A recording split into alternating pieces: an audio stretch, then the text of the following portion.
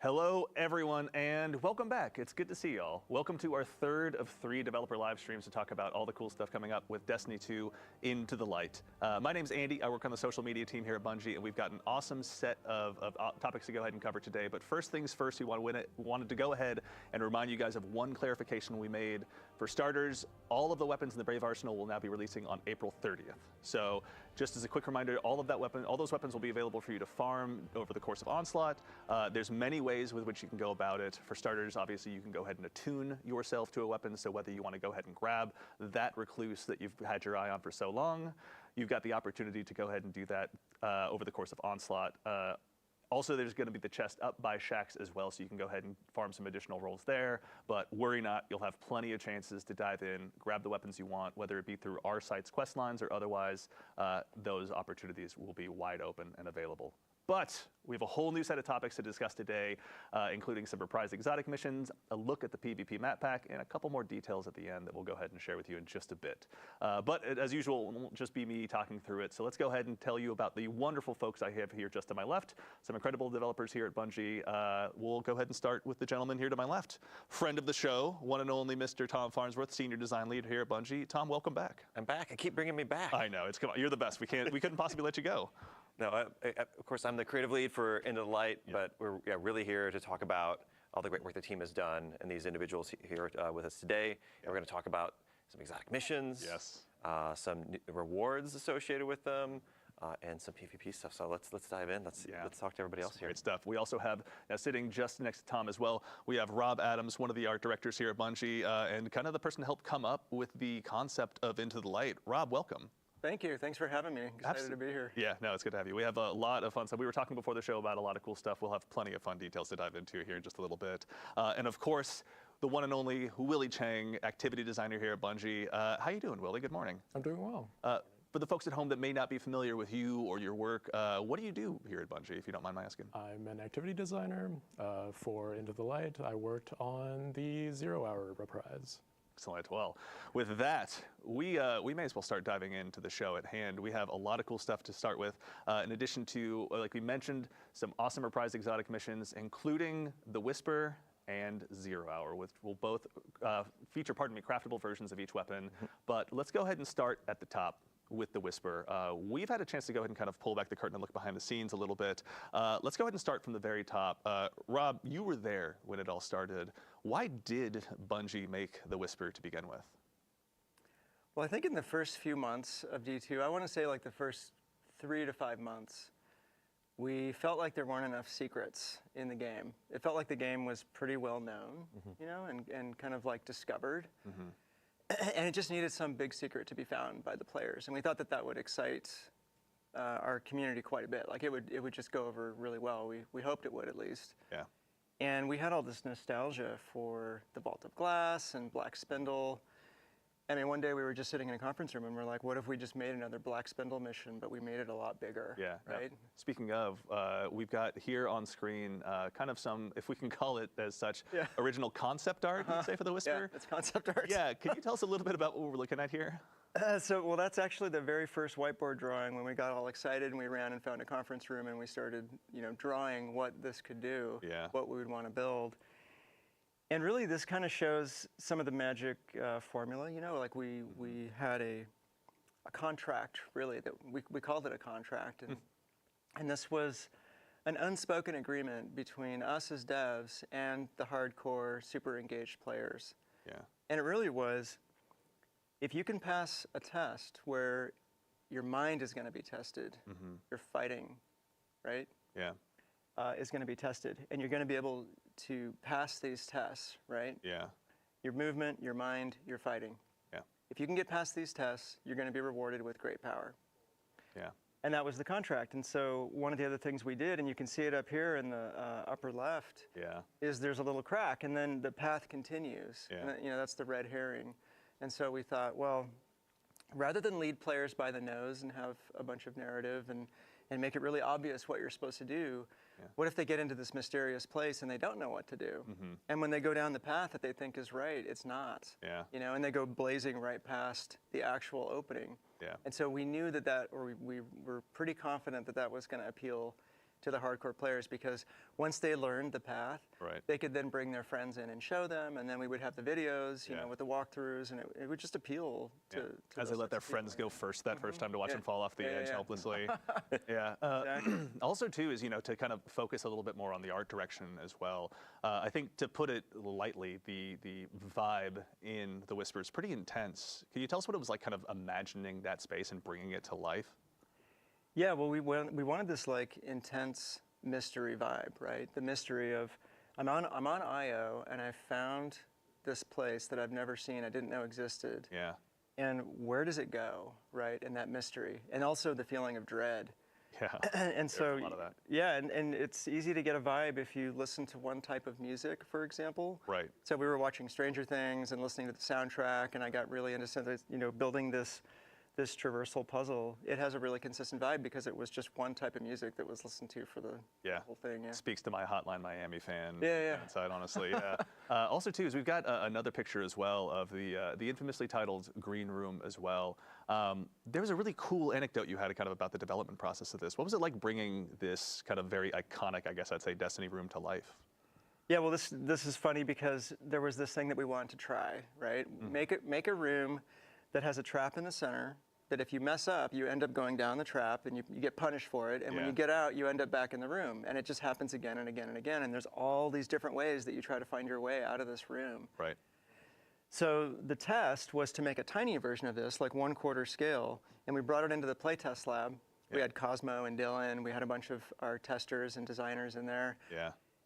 And I just waited, right? And I waited for someone to find the hidden shortcut, right? Like, what would happen what's going to happen when they find that hidden shortcut? Yeah. And so the first person that found it, they just screamed and started laughing, and then everybody started finding it. And based on that reaction, we knew we had something good. And then it got scaled up into what you see here. And back to the vibe thing again. Yeah. When this got built, all I did was listen to Black Sabbath, the first 6 albums, like over and over. Yeah. So it just has that really, really consistent vibe all the way through. And that's just a trick that the whole team uses to get a theme or a vibe to be consistent. We're going to go ahead also too and start to jump in the activity so we can see this this vibe up close and personal as well. But here we are. We're back in The Whisper as well. Really quickly too, off the top, Willie, when it comes to, you know, bringing these encounters forward, bringing them to the modern era of Destiny, what were some of the bigger challenges that you'd say you have to overcome in order to make sure that they were fitting for today's sandbox? Yeah, so sandbox-wise, players nowadays pack a lot more power than they did before. People can clear entire rooms of ads from these activities back when they were in their original state. Yeah. Just like extremely quickly. So we had to beef up the number of combatants that are in these encounters, and later on I might talk more about additional tuning that I've done on them. Totally, yeah, we can come back to that in a second. But I think also too, really quickly, you know, back in the day, there was a very bespoke way of getting into The Whisper. You had to kind of hang out on IO, wait for this mysterious portal to come up. But we've made some changes to that as well. I think you were mentioning before we hopped on the air. Oh yeah, I mean, I was a victim of it, right? We had the public event with the RNG, and you had to wait for the right one. And you know, one time I tried to take a coworker through on a Saturday, and we spent like 7 hours just trying to get a few runs because of the public event. And that we just had to change that, right? And the team was excited about having a new, you know, benefactor, a new character that you go and talk to. So you'll be talking to Eris Morn. Eris Morn is going to tell you some really cool stuff. I don't want to give it away. Smart, yeah. But you know, you're not going to have to deal with the frustrating trigger to get in anymore. Excellent. No, that's always good to hear. Giving a chance, especially, you know, if people are going to come back in here multiple times as they kind of build up their craftable exotics. Obviously, a pretty key component.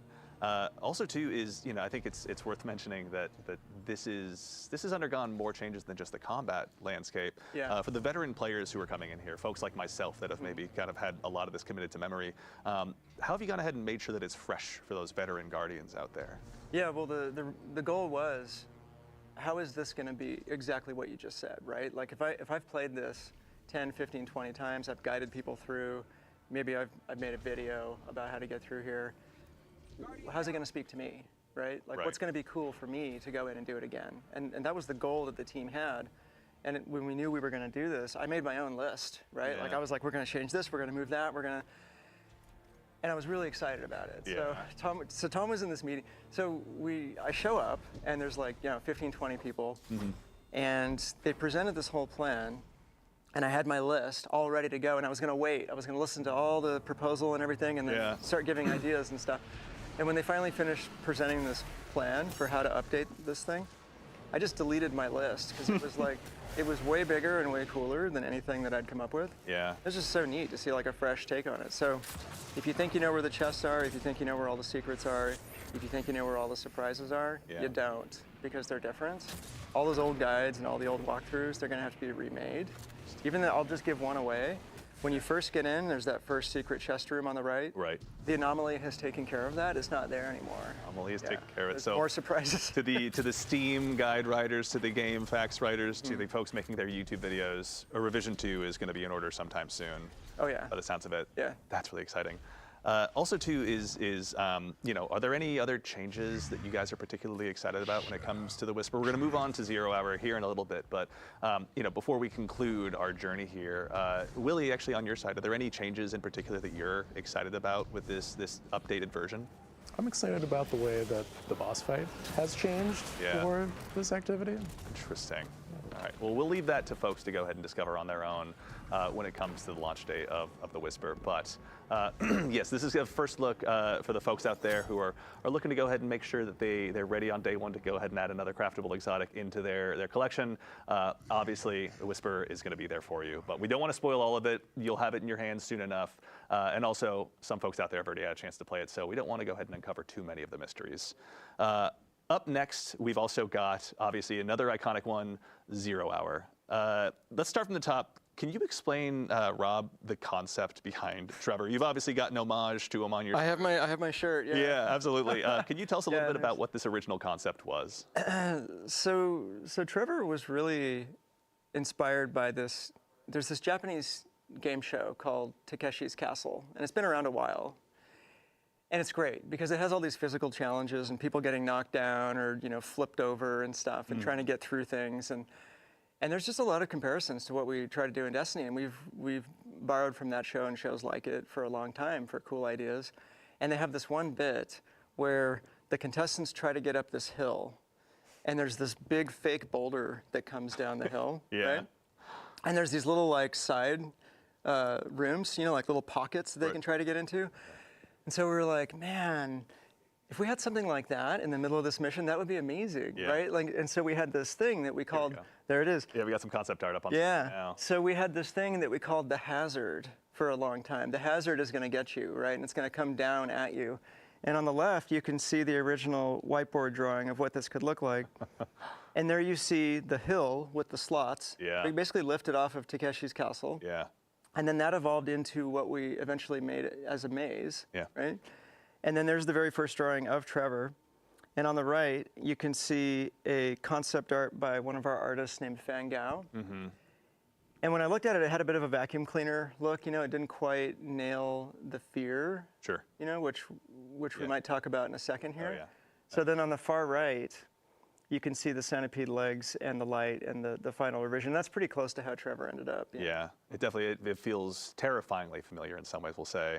Yeah. And I, kind of while we're on the legs, Good job, Tom. which brings up honestly another great example I'd love to touch on as well is, as a guardian myself, we've felled gods. We've fought some of the most difficult battles in the universe, whether it's against our fellow guardian or the many foes that set foot inside the solar system. When it comes to Trevor in particular, it elicits a very primal, sincere fear. How did you guys kind of elicit that from players who have obviously conquered so much? Well, I think there's this satisfaction from scaring people that's inherent in everybody. We've all scared somebody, I think, at some point. And it's just super fun, right? Yep. So what could we do in Destiny to actually make people feel fear? And the team was super excited about how to try to tackle that problem. Because you're right? Like Guardians can just jump away and we kill everything and we're just gods. Invisible and dodge killers. away. Yeah, exactly. To do it, yeah. So how do you scare our players in the game, right? So the first step was drop you in a maze. Yeah. There's something in there that you cannot kill. You can't jump up because the ceiling is just above your head, right? Yeah. So those were the first 3 things. This thing is faster than you. Yeah. So you're in there with something that you can't kill that can go faster than you. And then, of course, we did the centipede bottom, which I have this particular phobia of centipedes. The fact that you took something that is such a fear and put it front and center, honestly, like it's commendable. I watched this video like a week ago where this dude takes a giant centipede and lets it bite him on the arm. Why would you do that to yourself? I don't know. I almost passed out like watching this video. Centipedes terrify me. And so I thought the bottom of this thing just has to be sideways centipede legs that are made out of metal, and they just grind you up when it catches you.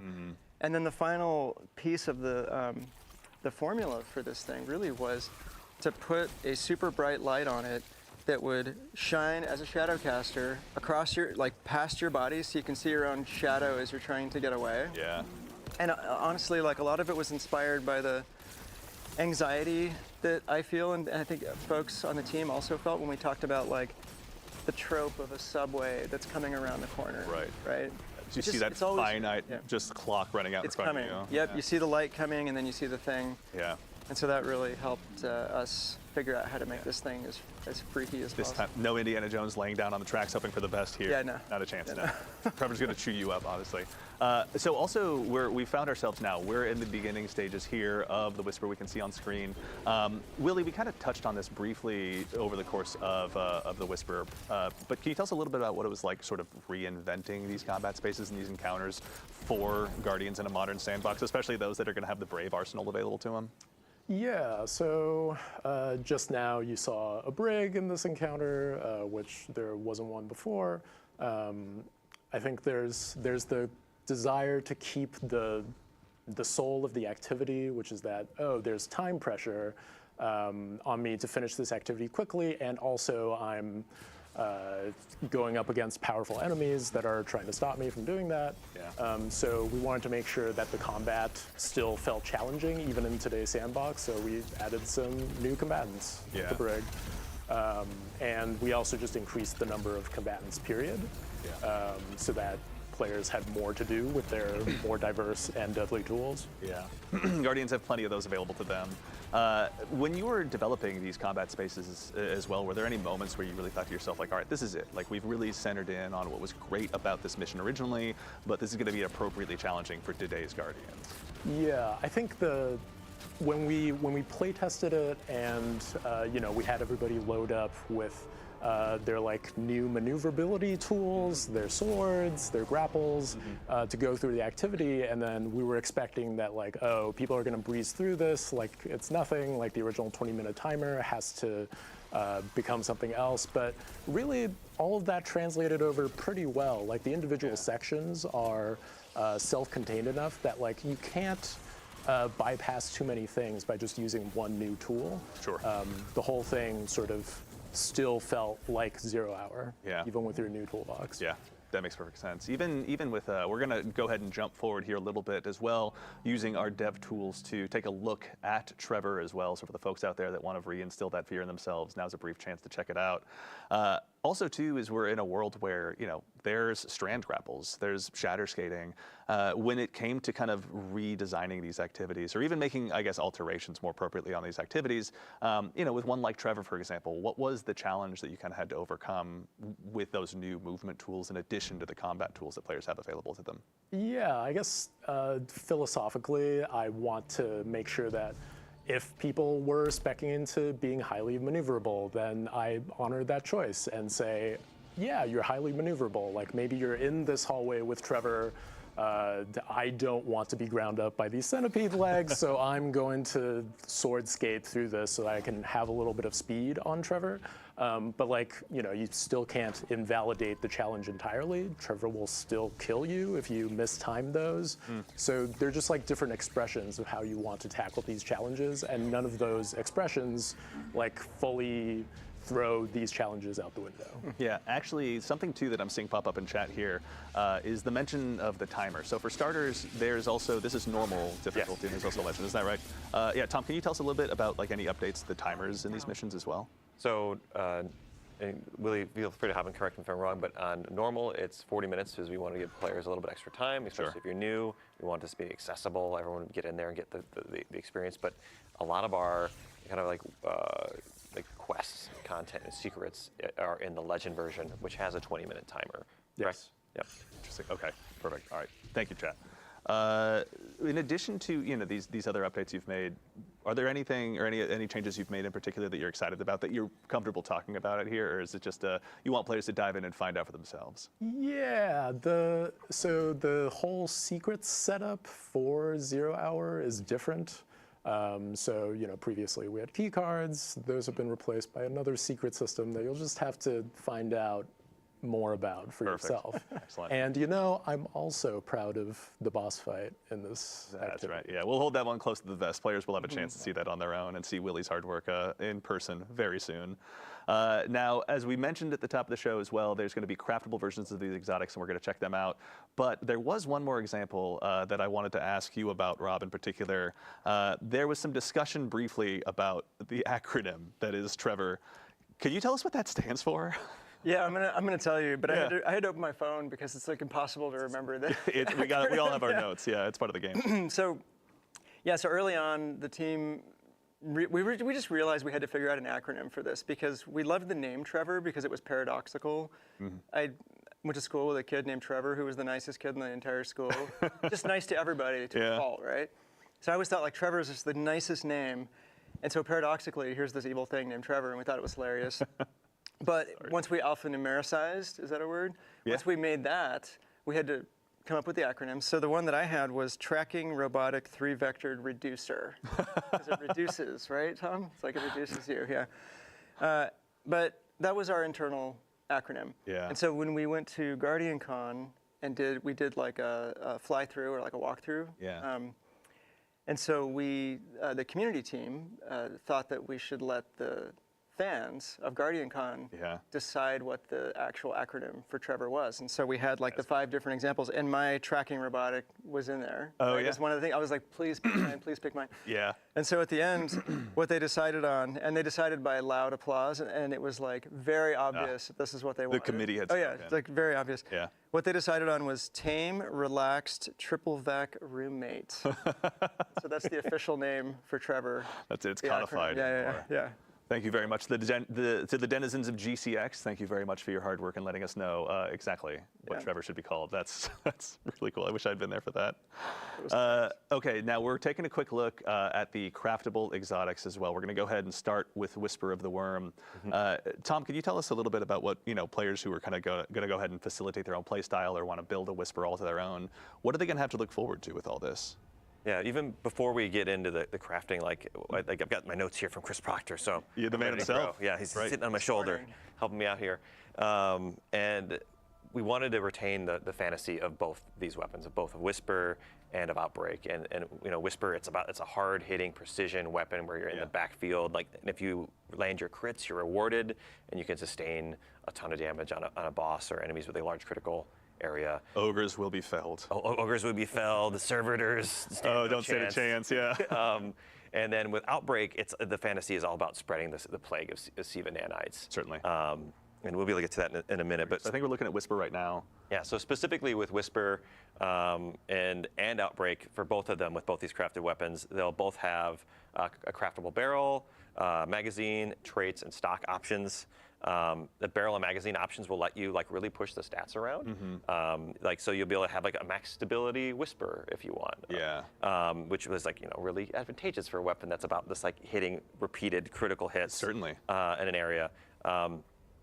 And then specifically for the perks on Whisper, and both the perks on Whisper and Outbreak are things that by engaging in our secrets week over week, and both of these exotic missions, you'll be able to unlock them. And for Whisper, it starts off with Mulligan, which is the classic perk where if you miss your shots, they get refunded. But if you upgrade it, you can get Field Prep, which will give you more shots, which equals more damage. Yeah. And then there's No Distractions, which will allow you to keep under fire, hold your aim on your target better. Certainly. And there's also Enlightened Action, which is for more forgiving reloads. So there's, I think, a lot of options for players at different play styles and different skill levels there. Yeah. And then just the cherry on top there with Whisper is that it's getting a reserves bump. So it's going to go from 18 in reserve to 24 in reserve. So you're going to have a ton of ammo to just like make it a sustained damage monster, which is super exciting. So ultra precise players like myself who never miss a shot will have even more. Why are you guys laughing? Why is that funny? No, that's really exciting. We also we have Whisper the Worm in addition to Outbreak Perfected now joining the pool of craftable exotic weapons. Let's take a quick look at Outbreak as well while we're here hanging out in the Enclave. Tom, kind of, second verse, same as the first, same question. Can you tell us a little bit about some of the perks and updates that players will have available to them with their options to craft Outbreak Perfected? Yep, and so in addition to barrels and mags, it has its classic Outlaw perk is back. So you get your fast reloads on final blows, which works really well with Outbreak. It's all about also landing precision hits to either spawn nanites or to kill enemies and spawn nanites and spread that SIVA energy around. Spread the plague. Spread the plague. And then the second one, though, that we're added here is Rapid Hit, which plays right into that. So like you land your precision shots, you get more stability, you get faster reloads. Then another new one is Rewind Rounds. It's hard for me to say. Fast. Try it out. Yeah. Which refills your reserves from to minimize your reload. So like if you're hitting shots, you're just going to keep getting more ammo, which is really like kind of interesting. Perpetual motion machine, no perpetual death machine. So yeah, it's like do you want the reloads, or you just want to keep shooting? Yeah. And then there's also a Head Seeker, which I think maybe for PvP or for certain play styles where like you're less focused on your critical shots. That's something to think about as well. Right. In terms of catalysts, if you already have them, you're golden. You can craft those. If you don't, play the Legend version of Whisper and 0 Hour, and you'll have a chance to get them. Very cool. So that's still in there. And then, as I mentioned, for unlocking these new intrinsic perks that you can slot in, there'll be like a 3-week mini quest line that rolls into the secrets for each of these. And Whisper is coming at launch with Into the Light. Exciting. And 0 Hour is coming in May. Perfect. Okay. So be a chance to go ahead and sink your teeth into 0 Hour for a while before you go ahead and change your attention and start unlocking another one of the storied exotics of old. Yeah. Also, it's worth mentioning that there are more than just the craftable weapons available as rewards in these missions. There's some tried and true ships. Now, we were talking a little bit about this earlier, but as someone who still to this day wears 1,000 wings. You and me? Yeah, like we know the feeling of getting that ship and finally having that I was there moment. The ships are making a return as well, isn't that correct? Yeah. Okay, so for both Whisper and for 0 Hour, they're coming back. Is it the exact same ship, or are there going to be changes on them? No, these are actually new assets, right? They're new ships, so they won't be the same. They won't sit in the same spot in your inventory, and they are updated to look really cool and new. And I think they're exciting, especially we took the old scrap drifter ship that was, I think.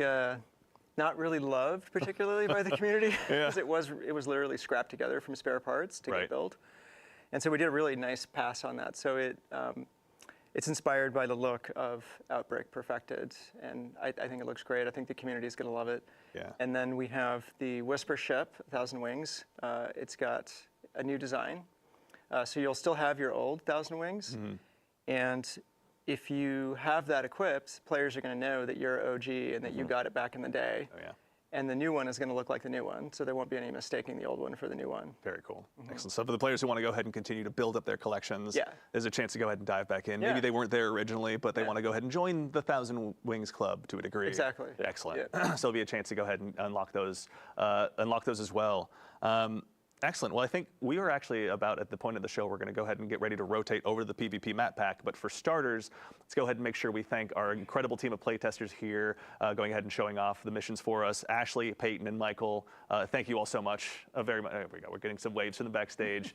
Thank you all so much for the time. And of course, Willie, I think this is unfortunately the time now we bid you adieu to go ahead and transition into the PvP Thanks map. for having me. See you soon. Awesome. Willie, thank you so much. All right, we are now joined by another member of the Bungie development team, a staff artist here who has helped made many of the PvP maps that you've also known and loved, the one and only Mr. Cooley Callahan. Cooley, welcome to the show, man. Guys, how's it going? Good to see you. Thanks for having me here. Absolutely. It's been so long. Yeah, it has. It's been a minute. Look at us, right? Who would've thought? Yeah. That's, full circle. Yeah. Now, we were talking a little bit before the show about Cooley. I'm going to go ahead and do us all a favor and put Cooley on the spot to a degree. Rob, we were talking a bit about Cooley's history. We were. Can you tell us a little bit about the man sitting just to your left, the contributions he's made to the PvP pantheon? Yeah, well, one of the things that was really important for us was to make sure that the strike team was stacked. that we had the best designers on the Strike team. And so Cooley is certainly one of those. He's a 6-year veteran of the PvP team who shipped over 11 maps. Yeah. A lot of them are fan favorites, and I'm not going to steal any more of Cooley's thunder. I'll just let him talk about some of that. Yeah, it's not everyone's a banger. I mean, there's definitely some maps that people would want some words with me. But I we'll think, save that for later. But what are some of the bangers? Come find me. It's I think Burning Shrine, which is now Burnout. It's such a classic map. It's a Trials favorite. And then Midtown is another map that turned out really well. We built that for Countdown, but I was just chatting with another Destiny fan at the dog park the other day, talking about how well that map supports all of the different engagement ranges, which is definitely something that we try to do. We try to create places for players to use their favorite tools. Yeah.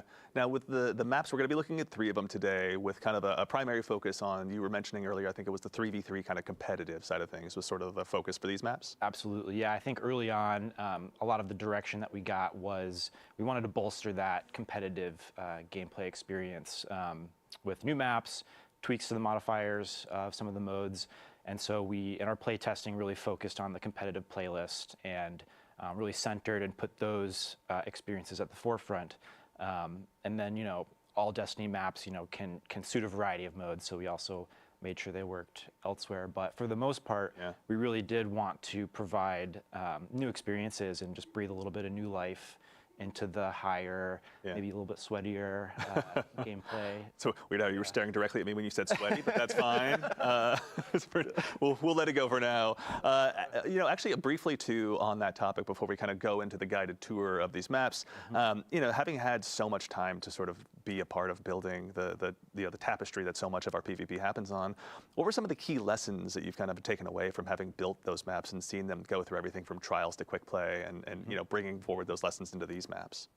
Yeah, I think one thing that is always at the forefront of our minds is trying to strike that balance between providing the playground for players to express themselves and express their Guardian and their play style. So a lot of verticality, a lot of movement, and then balancing that with making sure players understand where they're getting shot from, and creating a satisfying PvP engagement that doesn't leave players cursing the map or feeling like they don't understand why they died. So we want to make sure that players have we want to provide a choice for players that's always available to them to riff and to work with their team to use the map to their advantage. So it's a balancing like a complex gameplay space that allows a lot of movement and freedom without opening it up so much that you're not understanding like, geez, I can get shot from so many different places. Certainly. So we really, it's a little bit of back and forth. We'll open it up, we'll try some things. Especially this time around, we tried some stuff and got into the weeds a little bit. But I think that's all part of the discovery process of finding the gameplay that we want to create. And so we go a little further, maybe too far in the openness and Swiss cheese, and then we bring it back and make it a little bit more focused and really dial in the engagements that we want. That's awesome. I mean, speaking of getting in the weeds, there's no time like the present. Shall we go ahead and dive on in? Absolutely. Excellent. Cool. Diving on in. All right, we got the first of 3 maps to go ahead and show off. This is the we have one on Europa, one on Neomuna, and then one on one of the pyramid ships in Essence, I believe is the name of the location. So this is the first one. This is here on Europa. Cooley, can you tell us a little bit about what we're seeing here today, or where we are? Yes. So this map is called Eventide Labs, and this is a long-forgotten human colony research outpost on Europa. 5 minutes left. And Keep it up. it just so happens that Aramis has chosen this location as a refueling station for her catch. So here you'll see, perched just above the horizon is her catch in the skybox with, it's getting hooked up, and we have a servitor over here that's hooked up to the catch to provide that ether that the Elixni need. And so we really wanted to situate the maps in the universe and draw on that deep Destiny lore. But yeah, we definitely have a presence of Fallen here, set amongst the abandoned human, ice-encrusted structures of the past, which has been a really fun environment to work on. We definitely want to bring in as many new palettes as possible because there's so much great environment art content. The palettes are really cool, and we want to use those in PvP wherever we can, just to, the different palettes have different character that leads to different gameplay spaces. Also, when it comes to kind of finding these maps of place in the world, Rob, having kind of looking at these through an artistic lens, what were some of the challenges or even kind of exciting opportunities potentially of finding, new places for these maps to live in the more modern era of Destiny that we've been experiencing more recently? Well, we really wanted to make sure that when we do an update like this, it's a major refresh to the map rotator, right? Like we're adding quite a bit of variety here. We wanted to make sure that we had 3 distinctly different places and places that players hadn't seen a bunch of times. So fortunately, we had these available to us, and I'm looking at it again now. I mean, I'm not getting sick of looking at this. The team does such a good job. It's gorgeous. This is, one of the cool things is just how purposeful everything feels in the world. The art team always pushes it so far where it really feels like you're walking into a truly recently defunct, human colony or whatever the case may be. Yeah, and the frozen world of Europa, I mean, they all have their advantages for PvP, but the frozen ice walls of Europa are just perfect for multiplayer, and I'm sure Cooley's going to talk about this a bunch. Yeah, actually, also too, Cooley, if you wouldn't mind, as people who have heard me talk too much about Destiny PvP would know, Dead Man's Tale and I get along a lot. Can you tell us a little bit maybe about some of the sightlines or opportunities that I'll have to maybe rack up some additional kills as I dive into this map the first time? Totally. If long range is your thing, this spot out here is definitely the place for you.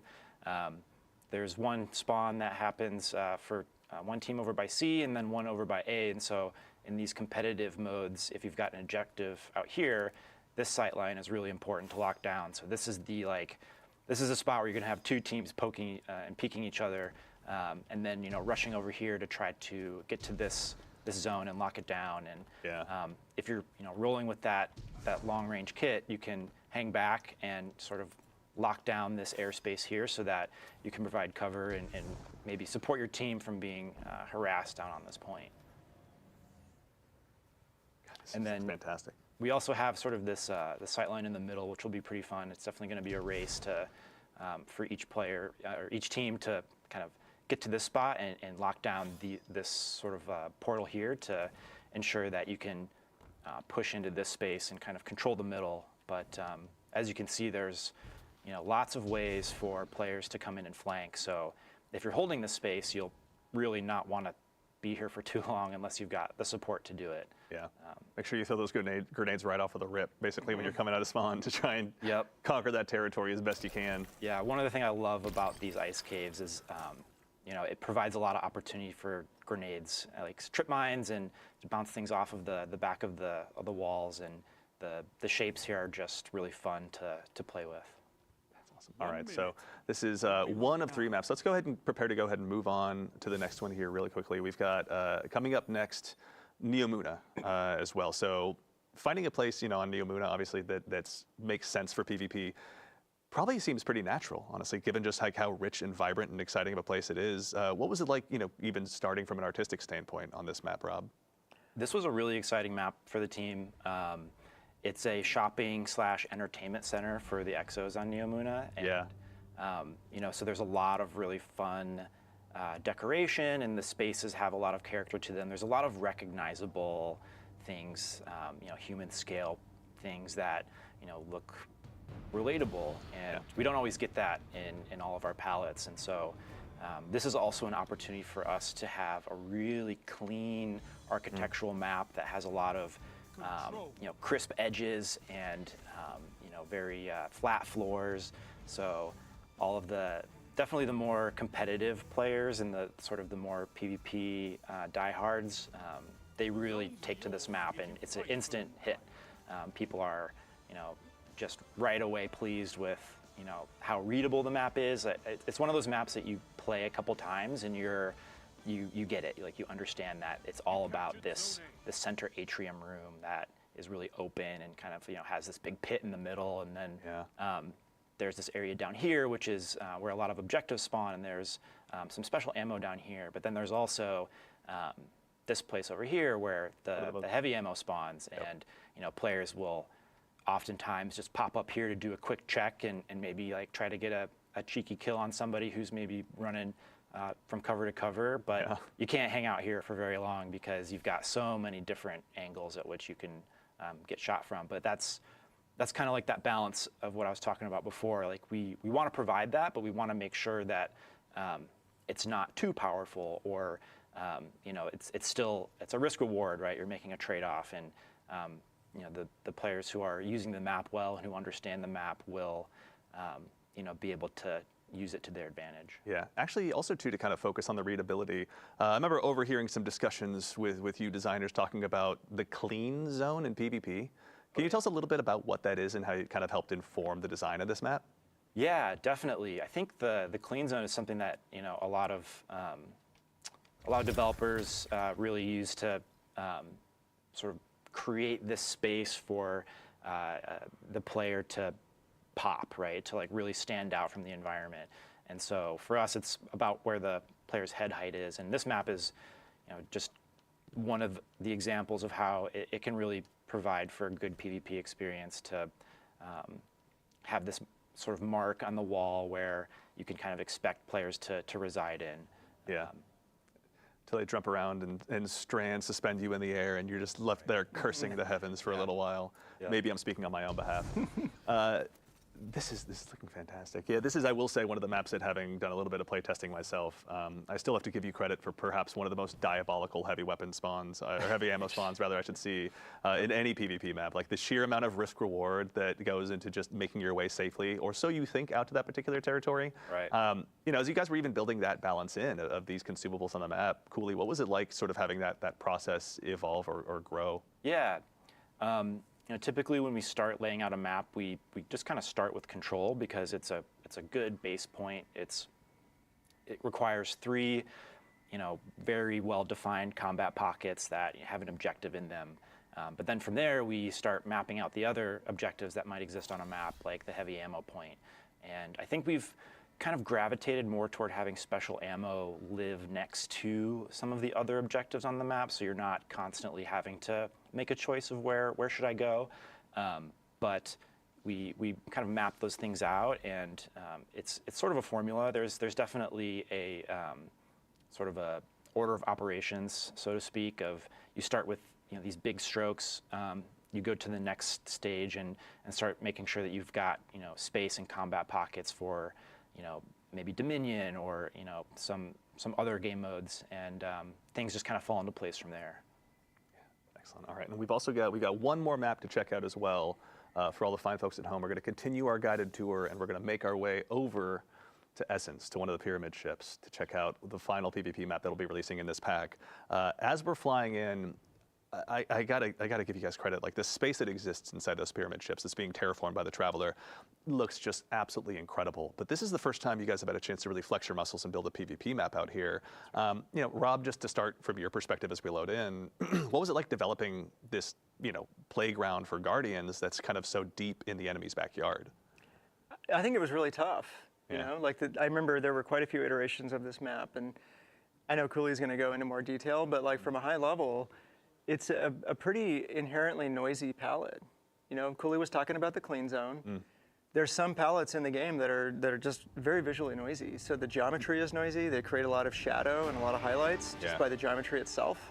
And then the textures, the shaders that are on the geometry, those can be noisy. Yeah. And then there's the clutter of the palette. So when you have an environment with a lot of entropy, and there's just rubble everywhere, there's like garbage strewn around or plants hanging down, like we often do in Destiny, we have to declutter. Some of like the European Dead Zone maps, for example, are highly cluttered. And so this was an example of one of those fairly entropic, high clutter palettes that the team had to kind of wrangle into shape. Yeah. And I'm sure Cooley's going to talk about that process, because it was quite a process. Yeah. Actually, yeah, Cooley, I'd love to continue and just start there. Taking this space on a pyramid ship and kind of making it suitable for a PvP map. What was that process like from your perspective, kind of from more of a design side? Yeah, it's again a process of back and forth. We start with mass out, and mass out is the simplest and cleanest a map will ever be. And from there we start developing the spatial character of the map. And one of the things we like to ask ourselves is, what is this place? And even with a more abstract palette like the Essence ship, it's worth asking that question because we can leverage spatial archetypes that just kind of like naturally resonate with people. So like here we have, in this map, we have sort of these dueling huts, or these dueling ziggurats, and inside of them is this artifact or shrine. So maybe this is like maybe this part of the ship is a collection of mysterious artifacts that the Witness has collected. And so we lean on those things to give a little bit of rhyme and reason to a space that otherwise is completely abstract. And that is also really useful for us in terms of we can make any kind of space we want. Like, we're not limited by architectural constraints, but you know, it can be tough sometimes to orient players in the map when you don't have things like doors or, you know, like TVs or you know, any sort of, you know, human scale architectural pieces that kind of clue you in. So yeah. It's also too is I remember we were talking a little bit before the show, Rob, even about, you know, what it was like from a design standpoint and bringing in external testers to try these maps out for the first time. Can you tell us a little bit about that experience and kind of, as you I think phrased it, discovering your own blind spots? Yeah, well, we've done this before for years, really, and we did it again here, and it was, I think, really successful because, you know, it was 2 days. They ran through these maps when they were still in development. They weren't too far enough along where we couldn't make some pivots that we needed to. Yeah. And they found a lot of stuff. I mean, for this map, for example, we thought it was in a pretty good place. Yeah. And a lot of things were called out. They didn't pull any punches. They were honest and clear and constructive with the feedback. And it wasn't super easy to hear it all, but you know, when the team listened to it, and we took tons of notes, and it was also about, I mean, they gave feedback on our sandbox as well. Yeah. But lots and lots of map feedback. It was incredibly useful, and you know, just another lesson in what we don't see. Yeah. You know, and it's so valuable to do that. And these, I can't say who they were, but they're very well-known community players. Maybe some folks in chat, who knows? But yeah. But you know, we really were careful about who we brought in because we wanted people that would be very pragmatic. You know, they weren't interested in their own, you know, YouTube monetization strategy or how they particularly make content. They wanted the game to be in a great place. They wanted PvP to be in a great place for the community and for Destiny. Absolutely. Right? And they were carefully selected that way, and great communicators who could articulate the feedback. They could really speak to what they were experiencing and what we could do to fix what they were experiencing. Yeah. And I'd like, Cooley can probably say what he thinks about it too, but I was just blown away by how valuable that was, and we definitely want to keep doing that. Certainly, yeah. Cooley, can you tell us a little bit more about that experience on your side as well? Totally. I mean, it's so fun to, like, those are some of my favorite moments when we can get a bunch of you know, super fans from the community in and show them work in progress stuff, and they can actually give us real actionable feedback that we take back to our desks and talk about it, and we discuss how can we you know, sort of take their feedback and move forward. And this content is for them in a big way, right? Like, we need their approval. Like, we absolutely, you know, that's our mark. That's our goal, is to you know, create content that they're going to love playing and that they're excited to play and that their communities are going to get excited to play and sort of learn together and build strategies for. You know, that's the funnest part of the job. Yeah. I mean, also, you know, Cooley, on your side in general, what are you most excited for players to experience once this gets out into the world with Into the Light? Yeah, I'm excited to see these maps rotate into trials. I'm excited for players to have a totally new trials experience that, you know, is going to be a sort of an experience of discovery of these new spaces and new strategies, and for players to also, you know, the meta isn't really formed yet. I mean, like, we sort of know how the map plays, but it's always a fun surprise to see in the wild just how the map ends up sorting out and what people end up doing, and you know, we're really looking forward to just watching what happens. Yeah. I mean, I count myself among the many that are excited to go ahead and dive on in, having more playgrounds to go ahead and dive on in on trials, no matter what the case is, to maybe try and go ahead and actually get some more competitive rank. Cooley, thank you so much for taking the time to walk us through these today. We really appreciate it. Anytime, my pleasure. Excellent. And all right, well, we'll go ahead and use that as a moment to conclude the quick tour of as well of the PvP maps. We got a quick question from chat from Jake Asor asking about, are we going to get a playlister mode? It'll be just these new maps during Into the Light. And the answer is yes. When they launch on May 7th, we'll have a 3v3 playlist to go ahead and talk just about these items. I'd rather let you play just those maps. Rather, we're talking about them today. They're all going to be playing them very shortly. All right, well, that so far wraps up the first 2 segments of our show. But we've got, as I mentioned at the top, a few more announcements for you as well. So you may have heard us mention the word Pantheon in the TWID last week, or even on the show here last week potentially as well. We have got a brand new raid boss gauntlet rather, starting on April 30th. Now there will be more information about this in an upcoming TWID. You'll have more details to dig into shortly, but you will have the Pantheon coming up where you'll have an opportunity to face grueling raid bosses in a weekly challenge with escalating difficulties and rewards. Now this is a chance for you to go ahead and rally your clan or the perfect fire team with Fireteam Finder, if you're able to track them down, to go ahead and track down those exotics, adept weapons, any emblems you may not have gotten your hands on, but we have more details for that in the coming weeks. Keep an eye on the TWID. Cosmo and the community team, thank you for your hard work putting that together. 2, when you dive on in on April 9th, actually rather before we get there, I'm sorry, we will have the opportunity to also, you'll have the opportunity to get a title through your course of Into the Light as well. So if you dive on in, go ahead and unlock all the triumphs associated with the seal, you'll be able to march into the final shape with a brand new title, Brave, as well. So make sure, go ahead and get those big challenges bit off, so that way you can handle them as early as you possibly can and let the witness know that you're on the way.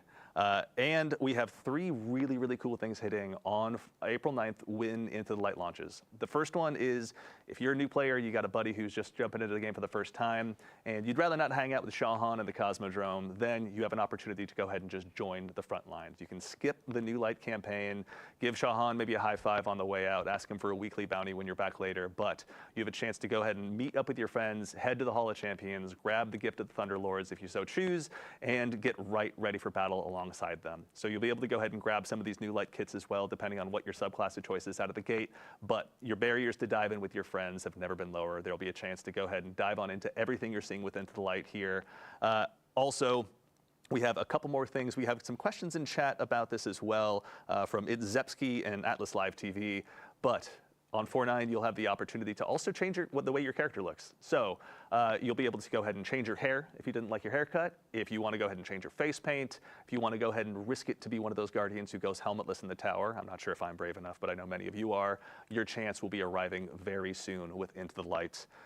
And there will also be an opportunity to change your name. So Guardian4681 out there, with the launch of Into the Light, we're also going to give you 1 more name change token. If you already have yours sitting around, I believe you have 2, but our friends in DPS will be able to answer that question for you. But you'll have that chance as well once Into the Light launches. Now, there's a lot, but we also have 1 more thing for all of you. Next week, we're going to be joining you again for a special developer preview of some gameplay for Destiny 2: The Final Shape.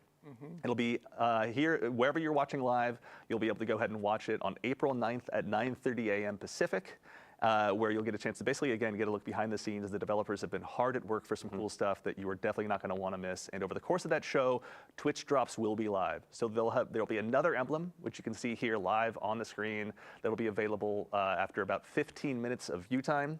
If you haven't gone ahead and also unlocked the emblems that you got as a result of this show, or that we're having available during the Into the Light streams, then you have a chance to go ahead and spend some more time unlocking those as well. But that does it. For starters, to all of you Guardians out there in chat, thank you so much for taking the time to join us. We're thrilled about what we've been able to show off and thrilled about what the team's been working on for Into the Light. So thank you for taking the time to join us. Chat, we see you out there having a good time, so thank you very much for taking the time to be with us today. Also, it goes without saying, but we'll go ahead and do so anyway, to the incredible team here at Bungie, building Into the Light, making all of this, the teams that you guys have been kind enough to represent. Thank you all so much for all of your hard work. We're nothing without the entire teams that we have here. Teams are obviously greater than heroes, and we're firm believers in that, and you're all great examples of that whole scenario. To our play testers as well that have helped us bring this show to life, to Ashley, Peyton, and Michael here behind the scenes, thank you so much for showing off some of the cool new content, and of course all of our guests, to Tom, to Rob, to Cooley, to Willie, to Noah, to Kelsey. I'm not forgetting anyone, am I? Chris. To Chris, thank you. To the one and only Mr. Chris Proctor as well. Thank you all for joining us. And now that is about it. So we're going to keep the stream here live until about 11:30, I believe, so you can go ahead and get a little bit more time racking up the last bits of those emblems.